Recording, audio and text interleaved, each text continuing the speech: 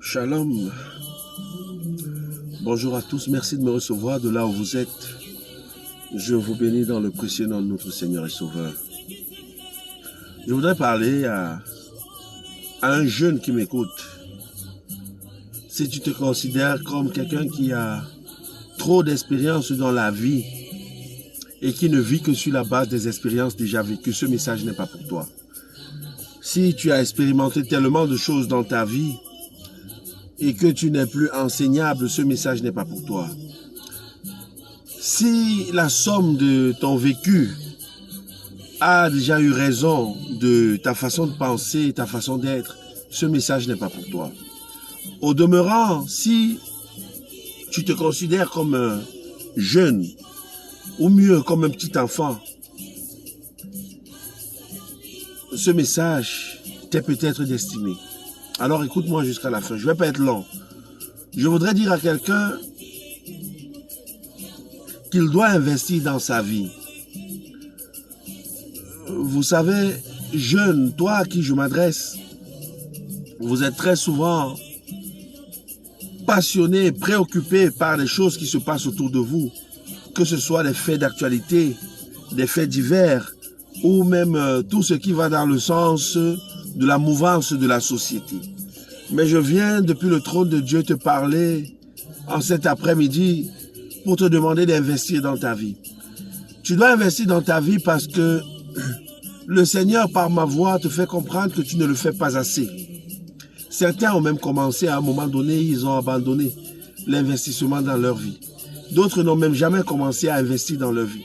Mais il est temps que tu comprennes que tu dois investir dans ta vie.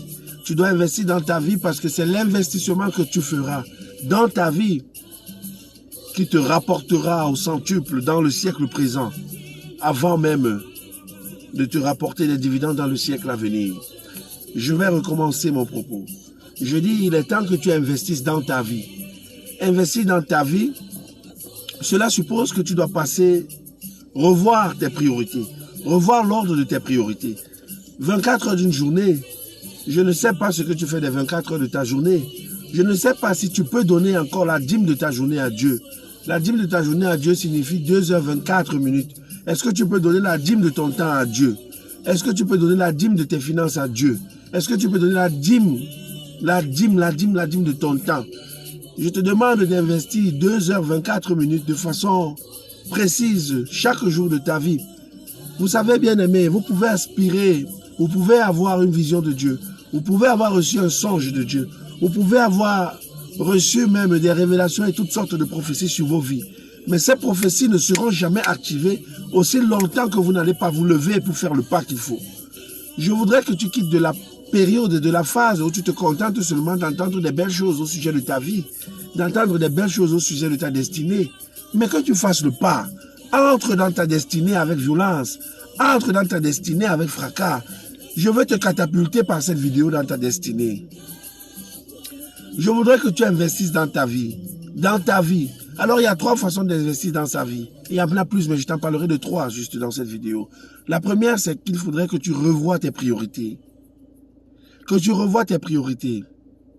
Et donc, que tu fasses par ricochet une meilleure utilisation de ton temps. C'est la première des choses que je voudrais que tu fasses. La deuxième des choses, c'est que je voudrais que tu offres chaque jour que Dieu a créé la dîme de ton temps à Dieu. 2h24. Pendant ce temps-là, tu peux lire la Bible, tu peux lire un bon livre instructif, tu peux te développer, t'équiper par rapport aux projets que tu as. Les projets que tu as, les ambitions que tu as ne se réaliseront pas si tu n'es pas prêt, si tu ne te formes pas, si tu ne t'équipes pas. Tu resteras une promesse. Je ne veux pas que tu meures une promesse. Je ne voudrais pas que tu meures une promesse. Je voudrais que tu réalises l'accomplissement grandiose que tu dois réaliser. Le grand accomplissement qui par toi doit être manifesté. J'aimerais que tu l'accomplisses, que tu le fasses, que tu le vives. Je voudrais te parler. Hier, je t'ai dit que je maudissais la maladie dans ta vie. Je maudis la pauvreté dans ta vie. Je maudis aussi la mort précoce et une vie inachevée. Aujourd'hui, je te demande d'investir dans ta vie. Lis des livres qui peuvent t'instruire. Investis dans ta vie. Mais surtout, Accorde 2h24 minutes de ton temps à Dieu. Il ne s'agira pas de 2h24 minutes où tu prieras, mais 2h24 minutes où tu méditeras sur les projets de paix et de bonheur que le Seigneur a pour toi. Vraiment, je voudrais que tu investisses dans ta vie. Investis dans ta vie, bien-aimé. Oh, si tu peux écouter le cri de mon cœur. Depuis le trône de Dieu, j'ai entendu dire à un jeune qu'il doit investir dans sa vie. Le temps de la distraction doit s'arrêter. Il faut que tu investisses dans ta vie. Ta vie en dépend. Investis dans ta vie.